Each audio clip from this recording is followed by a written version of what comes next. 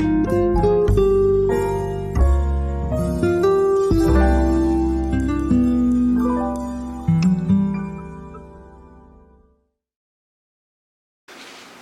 fans of high quality entertainment.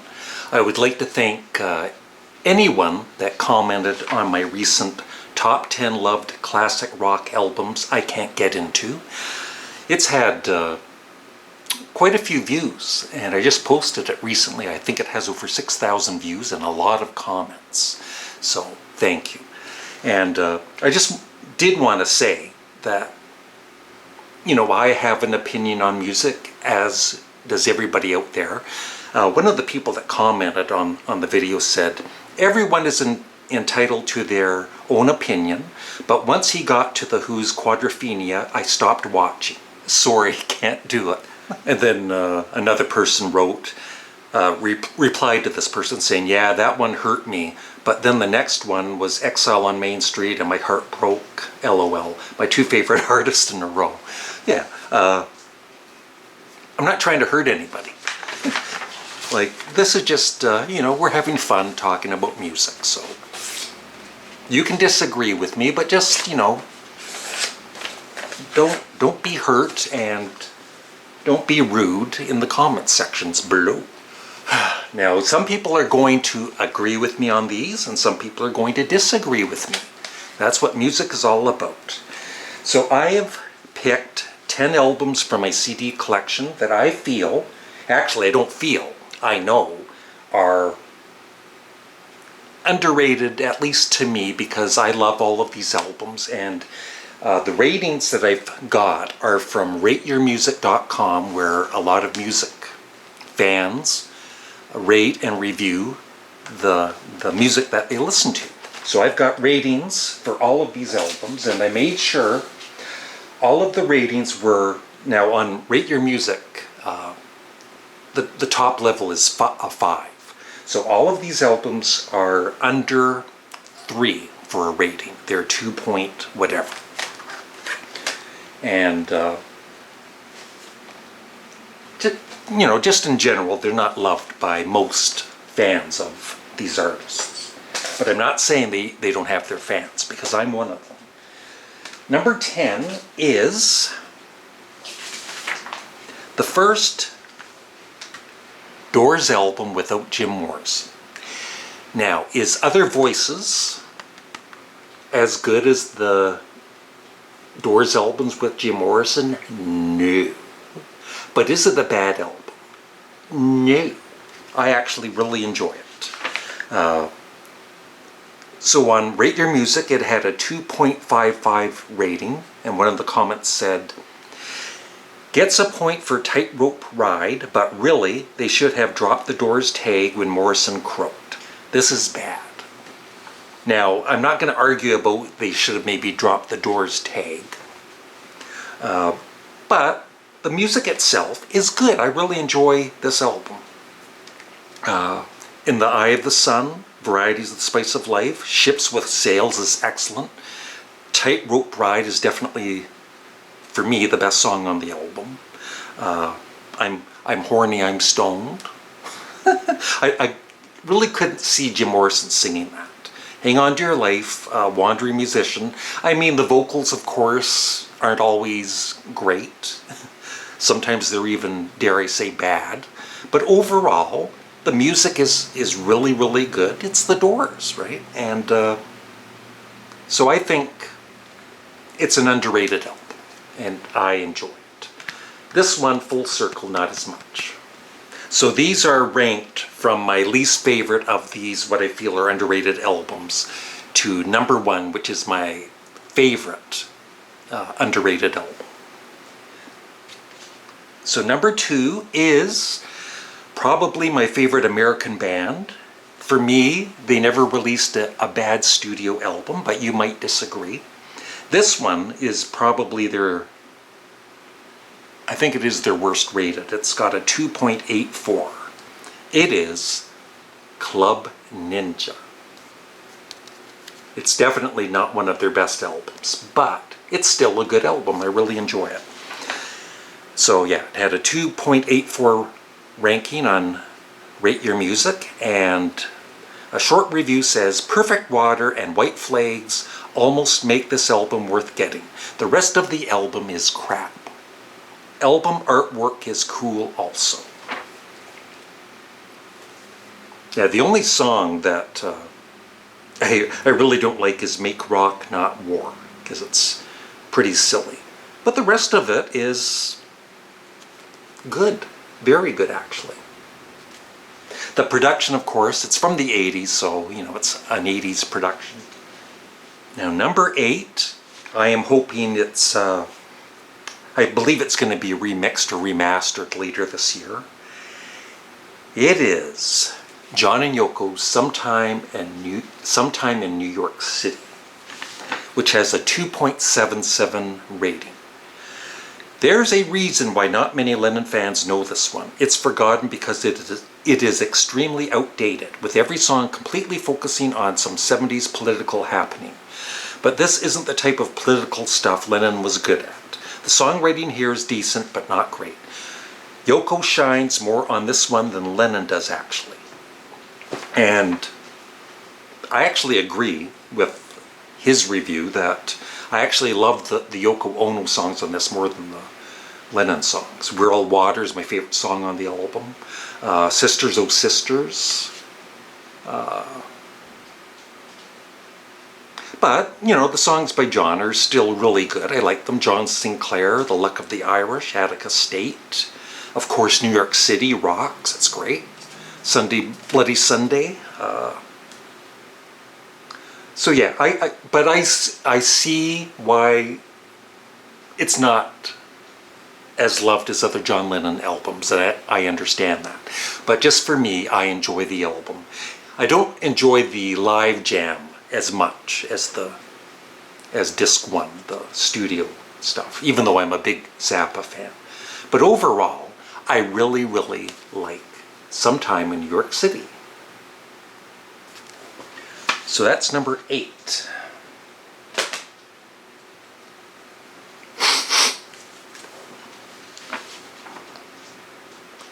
Number 7 has a 2.88 rating, and it's one of his lowest ranked albums. It is the great David Bowie with Hours.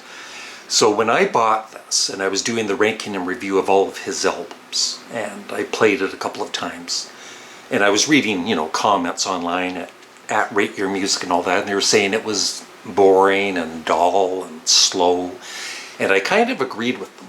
But when I bought the box set, Brilliant Adventures, and this is remastered, for some reason it just finally clicked with me, and I really, really enjoyed this album. And I know that Glenn Calloway from The Basement also really likes this album. So yeah, I've grown. I didn't like it at first, but I've grown to really like it.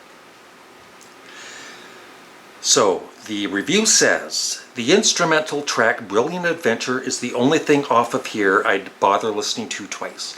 Seems like it could make a good intro to something.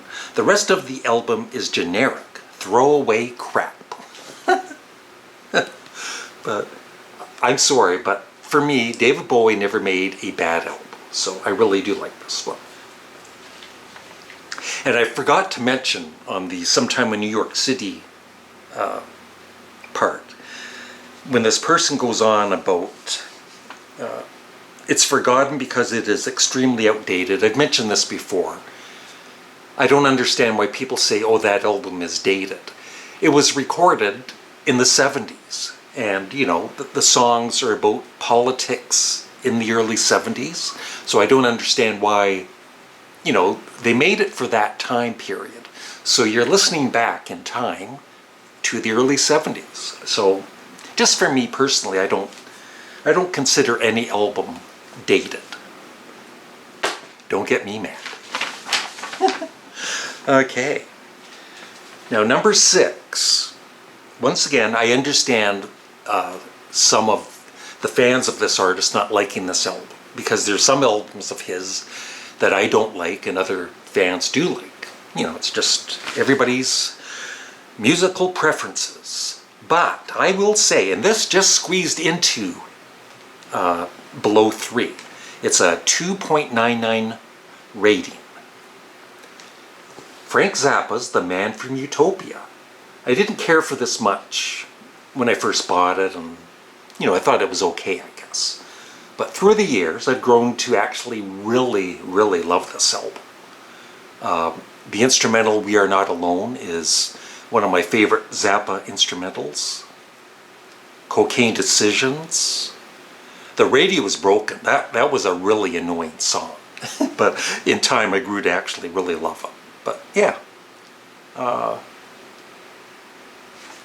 The review says, it's not clever or funny, nor is it entertaining or even musically interesting. There is much better Zappa than this available. I do agree about that. Buy for completion purposes only. But no, I didn't buy it just to... I don't even have every Zappa album, but I definitely am glad I have The Man from Utopia. Now this is one of my favorite bands, of course, or artists. And the comment I took was, not worth having, trust me. And it's got a 2.69 rating. It's I think their second lowest rated album. It is Music That You Can Dance To. That's right, by Sparks. When this came out, I bought it 1986, I believe. Yep. And I was disappointed because it was more, dance-oriented music. But I didn't hate it, although, and even to this day, it contains my least favorite Sparks song, which I can say I basically hate. It is their version of Stevie Wonder's Fingertips. It's god-awful. Thank you. But the rest of it, I love. Music That You Can Dance To. They played that in Toronto when Molly and I saw Sparks, and everybody loved it. It was great. Rosebud, Armies of the Night, although I do prefer Change, which is on the American-Canadian version of this. Shopping Mall of Love, which was Molly's favorite song that Sparks performed, with Ron on vocals. Modesty Plays, and even Let's Get Funky. I used to not like that, and now I love it. So once again, it's an 8, and actually even for 80s, it's got really good production, at least to me. So I love Music That You Can Dance To. But it's not number 1. We're getting there. Number 4. I'm a huge fan of this artist, but I even when I bought the box set to complete my discography on this artist, I never really played it because I'd read, reviews over the years how bad it is, and it's not very good. So until I did the ranking review of all his albums, then I finally had to listen to it. And even on the first listen, I liked it, but with further listens, I grew to actually love it, except for the production. Number 4 is a rating of 2.84, and the review says, for Rock and Roll Heart by Lou Reed, why a man of Lou's talent would put out rubbish like this is a mystery. But here you are, Rock and Roll Heart. Temporary thing is the only point of merit. But if you're still listening by then, you've put more effort in than Lou did. Maybe that's true, I don't know. But I especially love the title song, Rock and Roll Heart. But I was really impressed with this. Like I said, besides the production, which is just so-so, I love this album. It's a fun album. Is it one of his best? No. Now, I was almost going to do a separate video just on this artist, because there's three albums of his that are not very well loved by most of his fans. But 2 of these actually were above the 3 mark for the rating. And I am talking about Neil Young. So, actually only one was above 3, and it was Trance. I love this as soon as it came out. I know, and like I said, I totally understand, you know, the average the average Neil Young fan out there that doesn't care for it. But, like I said, I loved it right away. And the other one is got a 2.98, but there's one with a lower rating than Reactor. This album rocks. I love it. And it comes with one of Neil Young's best lyrics, T-Bone. Got mashed potatoes, got mashed potatoes, got mashed potatoes, ain't got no T-bone, ain't got no T-bone. That's all the lyrics. But I actually enjoy that song, you know, because of the music, and it's just, you know, kind of like a jam. And I've said this before, some of the songs on this would have fit on Rust Never Sleeps on the Rocky side 2. Opera Star, Surfer Joe and Mow the Sleaze, T-Bone, Southern Pacific, that's a classic. Motor City is a classic. Rapid Transit and Shots. I would give this like a 9 out of 10 for me personally. I love it. But there can only be one Neil Young album in this top 10. Only one artist, you know, only one artist each for this top 10. It is with a 2.35 rating. That's pretty bad. Landing on Water. The production is very 80s with really loud drums. But it's the songs. I love the songs. Weight of the World, Violent Side, Hippie Dream is a favorite of mine. Bad News Beat. I love every song. And, you know, like the production is 80s production. It's a bit on the annoying side, but, you know, focusing on the songs. I love Landing on Water, and I always have. So it is number 3. Now, I'm including a Paul McCartney album. I was, you know, looking up Driving Rain because I really like that album a lot. I wouldn't say I love it, but I like it a lot more than most Paul McCartney fans. But it has a 3.28 rating. But a later album of his has a lower rating, and I was kind of surprised. Actually, I was shocked. When I looked at the rating, I looked like this. It is friggin', yes, that's right, friggin'. Egypt Station has a 2.99 rating. I forgot to, just a quick review of Landing on Water. Simply the worst Neil Young album of all time. And for Egypt Station, the review is overbloated and mainly lazy. Macca's drifting by on 1 or 2 decent songs. Well, I disagree, because I think this is an excellent album. It's not one of my favorites, but it would be, I don't even know if it would be in the top 10, but still, I really, really love this album. My favorites are I Don't Know, Happy With You, Dominoes is one of my favorites, Caesar Rock, Despite Repeated Warnings. My favorites are the final track, Hunt You Down, Naked, Sea Link, although there's 2 bonus tracks too. But the only thing against it, I guess, is it's a bit too long. It's, you know, one of those CDs where they cram as many songs into it as possible. This has 18 songs, including the 2 bonus tracks. But overall, this is a really, really good Paul McCartney album. And it's underrated. 2.99 rating.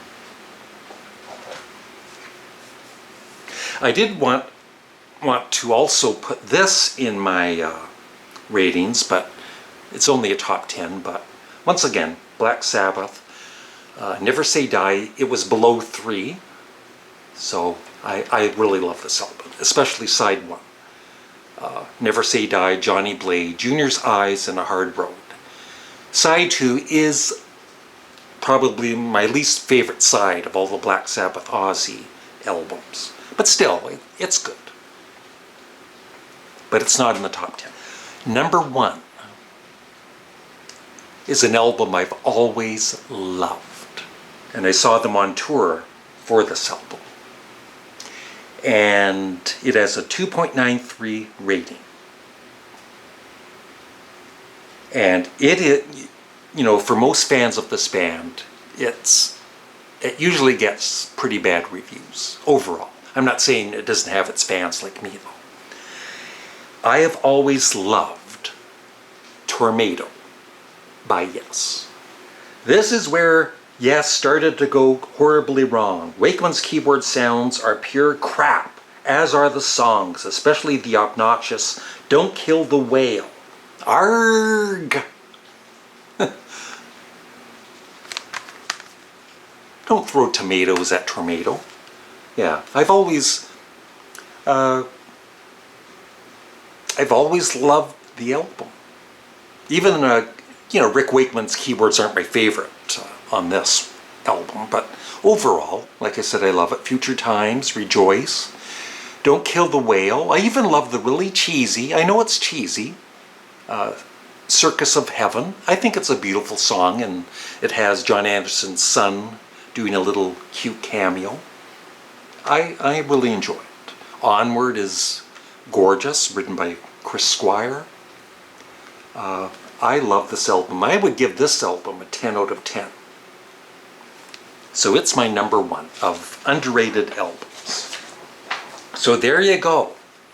Start commenting below. Please don't argue and fight and get into a fist fight with other people. You know, everybody's entitled to their opinion. Nobody's wrong, nobody's right. It's just music. Music that you can dance to. Thank you. Have a great day. Bye.